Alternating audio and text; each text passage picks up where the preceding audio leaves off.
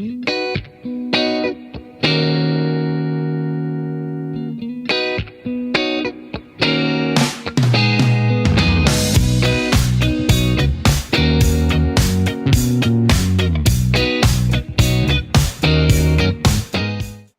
everybody, today we're going to be taking a look at Kingsburg.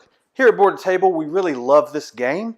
Kingsburg is made by Fantasy Flight. It is by Andre and Luca. I don't know how to say their last names and I'm too lazy to go look it up.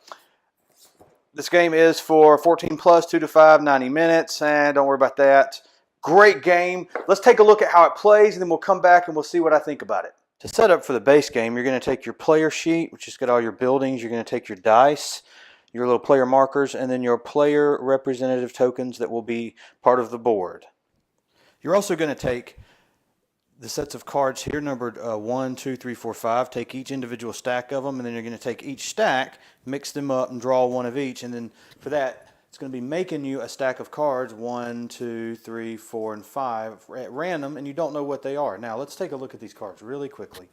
On the cards, you're going to see they're going to be different things you're going to fight. They're going to show you the fight value, what you would lose if you don't defeat it, and what you would gain if you do defeat it. Now, if you notice on the front, this is the age 1, year 1, whatever it is, and you know that monster is going to be between 2 and 4 strength. So you do know a little bit, as opposed to when you get to age 5, you know that it's going to be between 7 and 9 strength. Now when we come to the player board, you're going to set that deck of monsters that you're going to fight right here. You're also going to place your tokens on the board. You're going to take your 3 player marker tokens. You're going to put one down here at the 0 victory point token. You're also going to place one up here near this little track here, and then you're going to place one way up here on that track. And we'll talk about what those tracks are in just a minute. But you're also going to take this purple token and put it on space number 1 to signify that's the age you're in. You're going to take this little cool looking weird thing and you're going to put it right here above the number 5, and you're going to place this one right here. Now, what this board is you've got a hierarchy of people that you can go to and hire, bribe, whatever we're doing here. You're going to them and you're basically obtaining them in order to obtain what they give you. So just a couple of examples. Here you're going to get a military strength. Here you're going to get a gold or a wood. Here you get a wood. Here you get a gold. Here you get a victory point. The little flags are victory points. As they move forward, you're going to get different things. So we do have resources in this game. We have wood, gold, and stone. And then there is this resource, and it is a little token that has a die on it. And that allows you to, if you have this token, to play it to alter the number of a die. On your turn, you're going to take your 3 dice and you're going to roll them. And you're going to see the numbers that you get. The yellow is going to roll his, and the green, she's going to roll hers. And then the first thing you're going to is determine turn order. And you're going to do that by looking at the numbers on your die and adding them together. So we've got 6 and 4 is 10, plus 3 is 13. We've got here 3, 6, 7, 8, 9. That's actually going to be lower, 5, 6, 7, 8, 9. They would do a roll off, and let's say he rolled off and got a 3, so he's got a 10. And here we go. So you're going to put the highest numbered person is going to go last. So in a 3-player game, he would go 3rd, the green would go 2nd, and the yellow would go 1st. And so that's going to tell you your turn order for this entire first phase. Now the game is broken up into different, it calls it seasons. So we've got different seasons in age 1, year 1, however you want to call it. So the particular phases here are really, really interesting. In phase 1, basically what you're going to get here is, if you have the least number of houses, you're going to get an extra die for this entire year. So when you come to here, this is actually the first productive season. I think they're calling this spring, summer, and fall. I could be wrong on that. But that's the first one, and that's where you're going to roll your dice and set your order here of who goes where. Who goes first, last, whatever the case may be. When you get to this place here, let's say that red was actually the least amount of buildings, and so it got to use that die, so it would actually roll that one too. This does not count in your turn order.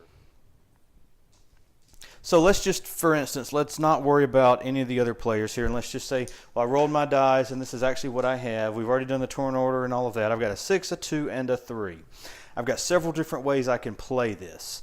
I can just acquire the guy at number 6 and the guy at 2 and the guy at 3, or I can add these together to make a 5. You're still going to be placing them in turn order, so I'm going to be placing down on one character at a time. Now I could add all of these together for an 11, and then I could use my entire turn and go there, or you can spread them out. But then after everybody's placed their die on wherever they go, then you're going to start obtaining those things, and you obtain them. Once you've obtained them, you can do things with them. So maybe you got a gold, a stone, a wood, whatever the case may be. You're going to be obtaining those throughout the round. So let's go through. That's the different seasons, and you do that same thing with your dice and placing them here, here, and here. When you move to here, whoever has the most houses is going to get a victory point. And then you come and you roll the dice and you acquire things again. When you come here, whoever has the least number of houses is going to get the king's helper. And basically all that does is that says, let's say that black has gone there and then it's my turn. Well, I can't go there because somebody's already there. You can only go in one space. But let's say that I had the king's helper. It allows me to play on a space that somebody else has played. And so we're moving forward here, and we've got another productive season. Then we come here to the end.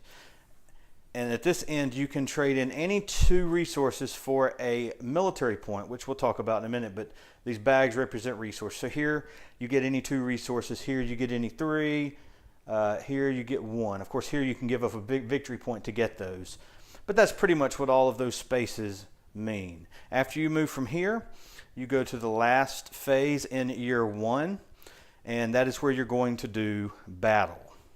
Now in this case, we know in year 1 that the strength is going to be 2 to 4. So how we acquire strength is very simple.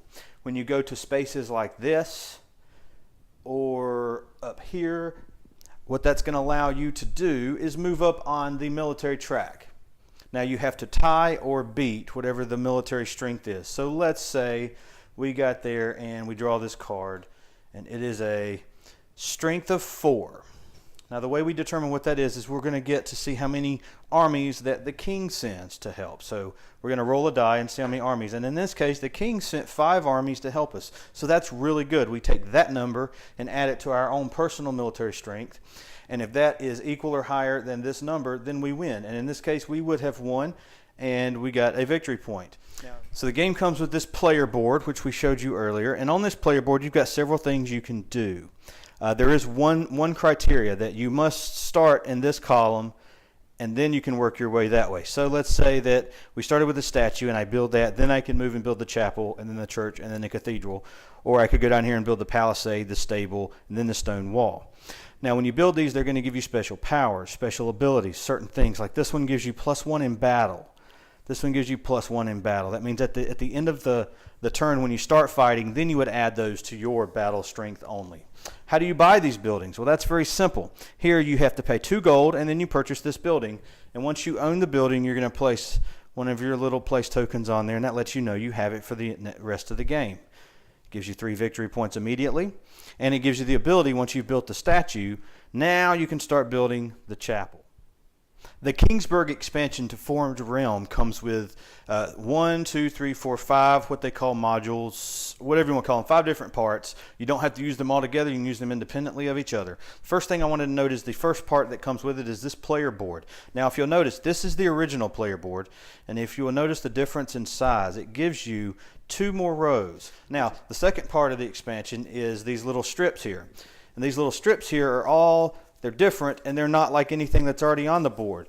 And so what you do with that is you'll give 2 or 3 out, or let people draft, or however you wanted to give them out. You could give people 3, let them pick 2. But basically, whichever one you want, you can cover up something, and you can become more independent, more specialized in what you're doing, and that becomes different than everybody else. The third part of the expansion are player powers. You can shuffle these and deal them out at the beginning of the game. And maybe your player power is you are a noble, and you start the game with 6 victory points. Or you are the sculptor, and at the end of every year you receive 1 stone, and when building you may spend stone as if it were gold. That's pretty powerful. And there's a whole bunch of these, as you can see. There's just a bunch of them. Different player powers to make you special, to make you something different than everybody else. The fourth part of this expansion that you can choose to use are events. And maybe you shuffle these out and you draw an event each round. For this age or this year, you drew this card. At the end of every productive season, after the construct building step, each player may trade with the supply one good for a different good of his choice, only once per season.